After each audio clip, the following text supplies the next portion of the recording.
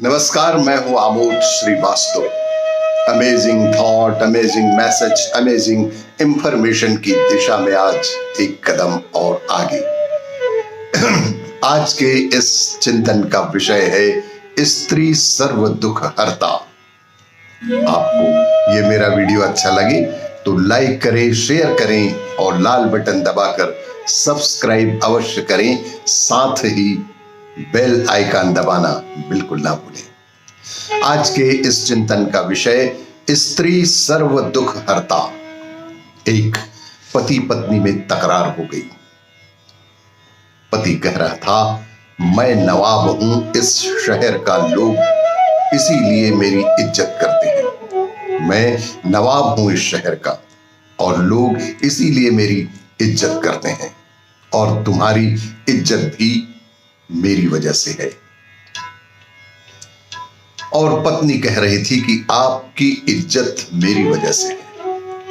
मैं चाहूं तो आपकी इज्जत एक मिनट में बिगाड़ भी सकती हूं और बना भी सकती हूं। नवाब को तैश आ गया। नवाब साहब को तैश आ गया और वो बोला कि ठीक है, दिखाओ मेरी इज्जत खराब करके। गुस्से में, बेहद नाराजगी से नवाब ने तैश खाकर कह तो दिया कि ठीक है, दिखाओ मेरी इज्जत खराब करके। बात आई गई हो गई। नवाब के घर शाम को महफिल जमी थी। नवाब के घर शाम को दोस्तों की महफिल जमी हुई थी। हंसी मजाक हो रहा था कि अचानक नवाब को अपने बेटे के रोने की आवाज सुनाई दी। अचानक ही उसके बेटे की रोने की आवाज आई। वो जोर जोर से रो रहा था और नवाब की पत्नी बुरी तरह से उसे डांट रही थी। नवाब ने जोर से आवाज देकर पूछा कि क्या हुआ बेगम, क्यों डांट रही हो बच्चे को? बेगम ने अंदर से ही कहा कि देखिए ना, आपका बेटा खिचड़ी मांग रहा है, और जबकि उसका पेट भी भर चुका है लेकिन फिर भी वो खिचड़ी मांग रहा है। नवाब ने कहा कि दे दो थोड़ी सी। नवाब वहीं बैठे बैठे चिल्लाकर बोले कि दे दो थोड़ी सी। और बेगम बोली, घर में और भी तो लोग हैं, सारी इसी को कैसे दे दूं? सभी खिचड़ी इसी को कैसे खिला दूं? पूरी महफिल शांत हो गई। सारे लोग कानाफूसी करने लगे कि कैसा नवाब है। सारे लोग कानाफूसी करने लगे कि ये कैसा नवाब है कि जरा सी खिचड़ी के लिए इसके घर में झगड़ा होता है। नवाब की पगड़ी उछल गई। सभी लोग चुपचाप उठकर चले गए। महफिल उजड़ गई। सारे मित्र यार चुपचाप ही वहां से उठकर चले गए। नवाब उठकर अपनी बेगम के पास आया और बोला कि मैं मान गया। तुमने आज मेरी इज्जत तो उतार दी। लोग भी कैसी कैसी बातें कर रहे थे। लोग भी कैसी कैसी बातें कर रहे थे। अब तुम यही इज्जत वापस लाकर दिखाओ। तैश में आकर नवाब ने फिर अपनी पत्नी से कहा कि अब तुम यही इज्जत वापस लाकर दिखाओ। इस पर बेगम बोली, इसमें कौन सी बड़ी बात है? इसमें कौन सी बड़ी बात है? आज जो लोग महफिल में थे उन्हें वापस फिर किसी बहाने से निमंत्रण दीजिए और एक बार उन सभी लोगों को गिन गिन कर फिर से वापस बुला लीजिए। नवाब ने फिर से सबको बुलाया। बैठक और मौज मस्ती के बहाने सभी मित्रगण बैठे थे। हंसी मजाक चल रहा था कि फिर वही नवाब के बेटे की रोने की आवाज आई। भीतर से फिर नवाब के बेटे की जोर जोर से चिल्लाकर रोने की आवाज आई। नवाब ने आवाज देकर पूछा कि बेगम क्या हुआ, क्यों रो रहा है हमारा बेटा?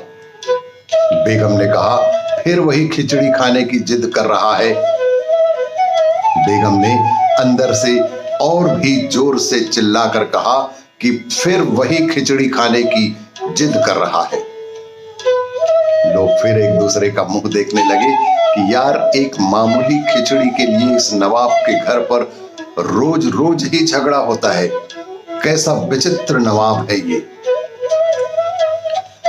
नवाब मुस्कुराते हुए बोला कि अच्छा बेगम, तुम एक काम करो कि तुम खिचड़ी यहां लेकर आ जाओ। नवाब ने मुस्कुराते हुए बोला कि ठीक है बेगम, तुम एक काम करो कि तुम खिचड़ी यहां लेकर आओ, हम खुद अपने हाथों से अपने बेटे को देंगे, वो मान जाएगा और सभी मेहमानों को भी आज खिचड़ी खिलाओ। बेगम ने जवाब दिया, जी नवाब साहब। बेगम बैठक खाने में आ गई। पीछे से नौकर खाने का सारा सामान सर पर रखकर आ रहा था। एक एक कर हंडियां नीचे रखी और मेहमानों को भी देना शुरू किया। अपने बेटे के साथ वह सभी मेहमानों को भी कुछ देना शुरू किया। सारे दोस्त, नवाब के सारे दोस्त हैरान जो हो गए थे कि जो परोसा जा रहा था वो चावल की खिचड़ी तो कतई नहीं थी। वह चावल की खिचड़ी तो कतई नहीं थी। उसमें खजूर, पिस्ता, काजू, बादाम, किशमिश, गिरी इत्यादि से मिलाकर बनाया हुआ एक बेहद सुस्वादिष्ट और अच्छा व्यंजन था। अब लोगों के मन ही मन में सोच रहे थे कि ये खिचड़ी है।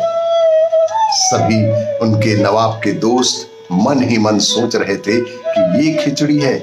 नवाब के घर इसे खिचड़ी बोलते हैं तो मावा मिठाई किसे बोलते होंगे। नवाब की इज्जत को चार चांद लग गए। लोग नवाब की रईसी की बातें करने लगे, बड़ी बड़ी बातें करने लगे।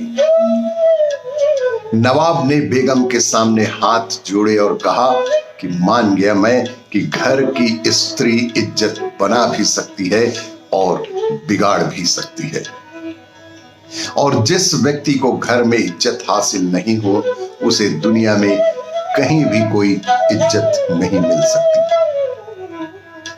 सृष्टि में यह सिद्धांत हर जगह लागू हो जाएगा।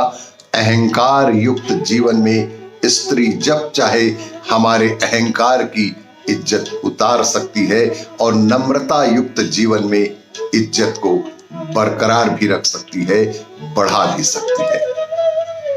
आपको ये मेरा वीडियो अच्छा लगे तो लाइक करें, शेयर करें और सब्सक्राइब अवश्य करें। धन्यवाद।